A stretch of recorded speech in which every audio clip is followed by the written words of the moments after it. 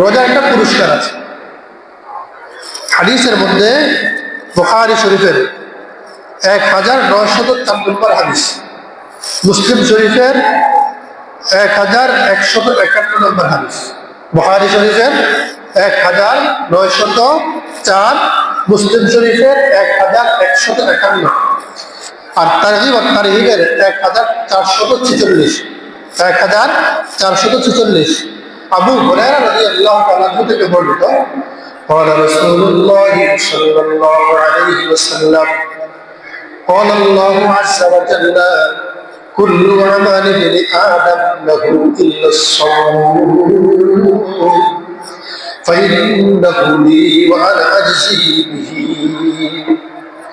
আল্লাহ তাআলা বলে বনি আদমের প্রত্যেকটা আমল তার জন্য, নামাজ পড়বে না তার জন্য, যাকাত দিবে না তার জন্য, হজ করবে না তার জন্য, কিন্তু রোজাটা বন্ধতে রাখে না তার জন্য রাখে না।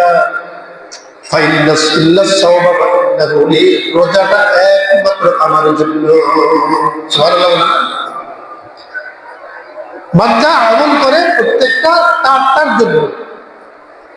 নামাজ পড়লে সে জান্নাতে যাবে, যাকাত দিলে মাল পবিত্র হবে, হজ করলে সম্পদ বৃদ্ধি হবে, আল্লাহ খুশি হবে, হজ করলে তার উপরে যে বিধান আছে হজ খরচ করা সেটা প্রতিপালিত হবে, এটার বিনিময়ে সে সওয়াব হবে। আল্লাহ বলেন রোজাটার কোনো বিনিময় হয় না, রোজাটা একমাত্র কার জন্য বলেন? আল্লাহ বলেন আমার জন্য। রোজাটা কার জন্য? জোরে বলেন আমার জন্য।